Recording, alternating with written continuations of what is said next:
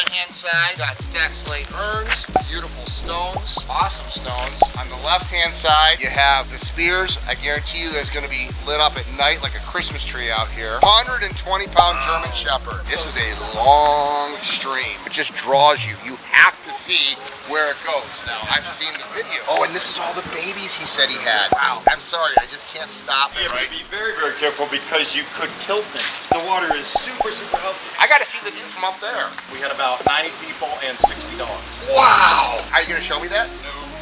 Brian and Jack said, want to put it here, and I said, do what you want to do. I'm not going to argue with you. Nice. And you're happy with it now? My access disappeared. I would have been so screwed.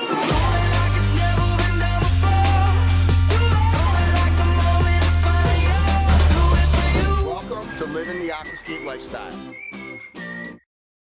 Okay, that's Texas right here. Our first time here. This is exciting. I saw this on Jaak Harju from Atlantis Water Gardens video. I saw it on Brian Helfrich from my team Aquascape videos. And I am out in Frisco, Texas with Kurt Brown, your #1 fan.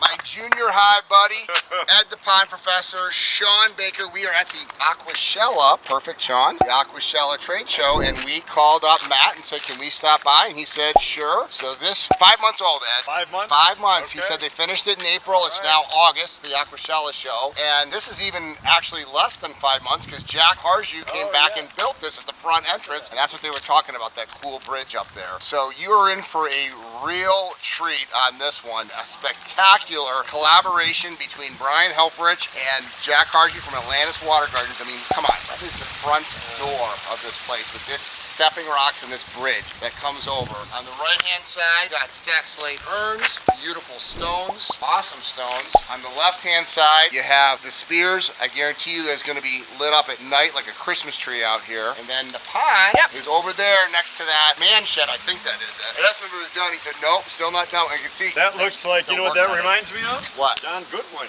Oh, yeah. Point, Indiana. Okay, our yes, $1 million backyard. So we'll put a link to John Goodwin's fund. Gosh, you built that, what, 10, 12 years ago? 2009. Yeah? Oh, I love that stump that they use here. So, anyway, I'm Greg Wittstock the Pond. I like dogs. I like dogs. Even German Shepherd, big barky dogs. I like them. And there is Matt. He said he's got 4 of these guys. So which one is the friendliest? Big man here, well, he wants to just be loved. Which is the biggest one? He's now the biggest one at 100. No kidding. 120-pound German Shepherd. So Matt, thank you for having us over to this incredible. So this all started when you found Aquascape, I guess, on YouTube, right? Yep. Started watching Brian and the guys. Team Aquascape. Team Aquascape. And then took me down the rabbit hole to Jack. Took a bunch of the Aquascape Academy You classes. did, huh? Yep. So this got done second, right? Jack came back for this. So everything past the well down there was done after. This was the second two-week stint that they did. Yeah. And it originally was going to only come up to in front of my office. Oh, that's your office right there. Right. Okay. And then we expanded it to come over all the way to here. I agree with that logic.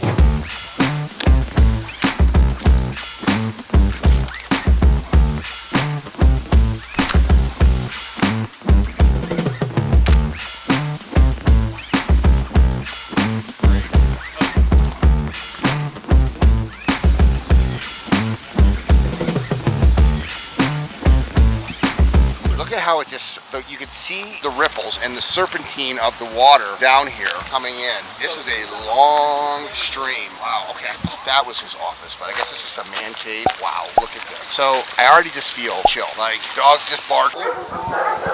Scared me a little bit, but it's just so relaxing. There's not a person alive that's not gonna wanna walk over here and do exactly what I'm doing right now. It just draws you. You have to see where it goes. Now, I've seen the video of where this goes, but I'm gonna see it for the first time in person. I mean, this is somebody's house, awesome house. But this looks like a natural riparian, as Ed would say, riparian ecosystem. And it's only been in here for less than 5 months, Ed. That's my favorite rock right there. That's the Brian rock. That's Brian, of course. You told me that you had put the lilies in big containers and been fertilizing, and I can see them from here that you have been doing a good job with your lilies. I'm having to spread them out already. Kurt, what do you think? Pretty nice. The last time you were here was just a big mud muddy hole, right? It's unbelievable the way this thing has evolved. Oh, look at this bridge that they got in there. Man Cave was totally transformed. This was a broken down house barn. Yes, floating islands right there with some potato vine that's in there, and then look at this step with cool fish. Woo!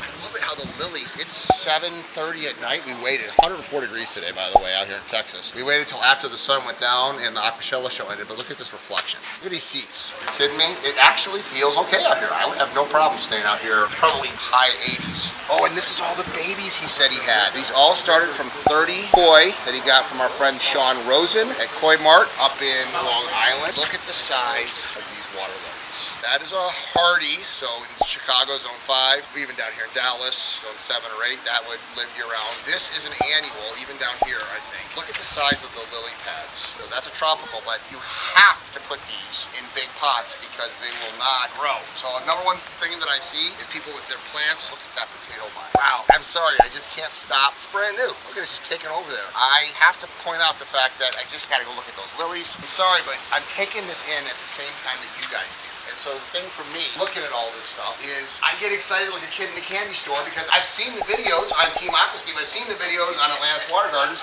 but even being here in person, I still notice things that I didn't notice before, or rocks that seem bigger and everything else. So the fun thing about my channel, which is all about showcasing how people like Matt live the Aquascape lifestyle, and he should be proud about this, is you're experiencing these things the same time I am. So I have never been to this property. I can already tell you right now, I'm looking forward to coming back to this property when the fire pit's done, when the man cave is done, when more of the plants and the vegetation are filled in. So what are you guys talking about? The tannins with the trees? Yeah, with all the So trees, with all the live oaks and everything like that. So as those things decompose, the leaves fall down in the water. Even if you have an intake bay, that stuff is going to leach out the tannic acids down into the water, which is normal. I mean, it's going to be, this is what happens in Texas. But what we want to do is we want to see the fish a little bit more. I like the look of a little tannin because I think it's good.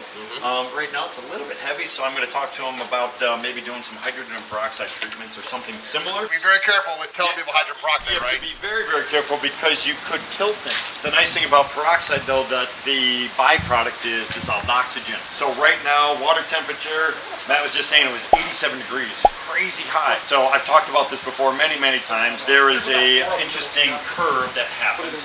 Cold water holds more dissolved oxygen, which is why trout streams have very cold water. Those fish can thrive in that zone. Warm water holds less dissolved oxygen, which is going to stress a lot of the fish. So if you do hydrogen peroxide in the water, it will oxidize the organic compounds that'll give you clearer water, but it will release dissolved oxygen. Again, you have to know all these different calculations to do it. So I'm going to talk to Matt specifically offline to figure that stuff out so we can get him some clearer water for this.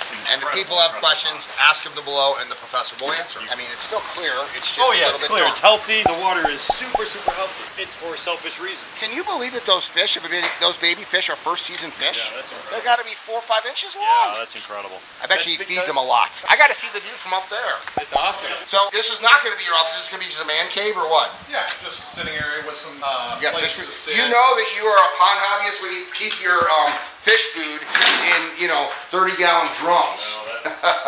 To make sure I don't get griped at while you're here on Yes, the trip. that's right. The Aquascape color enhancing fish food sold in bulk for guys that have giant ponds like this. What? Yes, that's a 6-inch, 8-inch fish. Wow, 4 months old. And it's because it's hot water and he feeds the heck out of it. Aquascape fish food. Matt, how have the German Shepherds interacted with the water feature? They don't swim in it. Dude goes Okay. into his area to drink. Oh, you told me that you had some sort of a German Shepherd party here or something. Oh What yeah, was it? we had the adoption place. We get all the dogs. All of ours are rescues, and we had a reunion here. We had about 90 people and 60 dogs. Wow! And the dogs were just running around the water features? Oh yeah, yeah. Some Jumping of in. them were just sitting up by the rocks. Some of them were throwing balls in for them. Before I had the lilies in, because they'll destroy them now. But Yes. yeah, they were swimming in it, having fun, just laying in the water, laying in the creek. So there's the intake bay. See some of the protein that's on there, and then the fish are in here because any of the food gets sucked in over here, and so they're coming in here and getting the food that when they were feeding it from the deck over here, kind of washed over here. So all Matt has to do, yep, there it is. There's a net. He just has to basically skim this area because all of these intake bays over here, all of these pump vaults, that's where the pumps sit. As they're pushing all of the water for the stream and they're pushing the water for the waterfalls, they're pulling the surface debris. All you have to do is, it's like having somebody cut your lawn for you and you empty the bag. Simple, low maintenance. Ed, what do you think, buddy? Oh, spectacular. As expected, with the team that they had out here, it's going to be phenomenal, and they delivered. I mean, it is just top notch. Love the overall design, twists, the turns, the meanders, rock placement. Yeah, everything is dead on. Love it. So Matt, when we grabbed dinner together, you said that you almost felt like, you became family with these guys that were out here. We still text, we still talk. You spend 4 weeks with the guys, getting them coffee, Jack.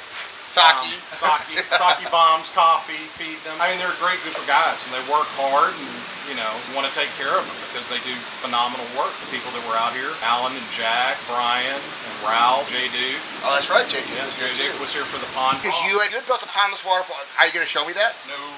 You had started with a pondless I'll redo waterfall. that pondless waterfall. Okay. What was the construction process like watching it? What were they doing? How'd they do it? How did it all? Because I remember they had some big rainstorms too. Yeah, and they overdid a lot. I mean, you look up the stream up there where Brian's rock that he did was. Yep.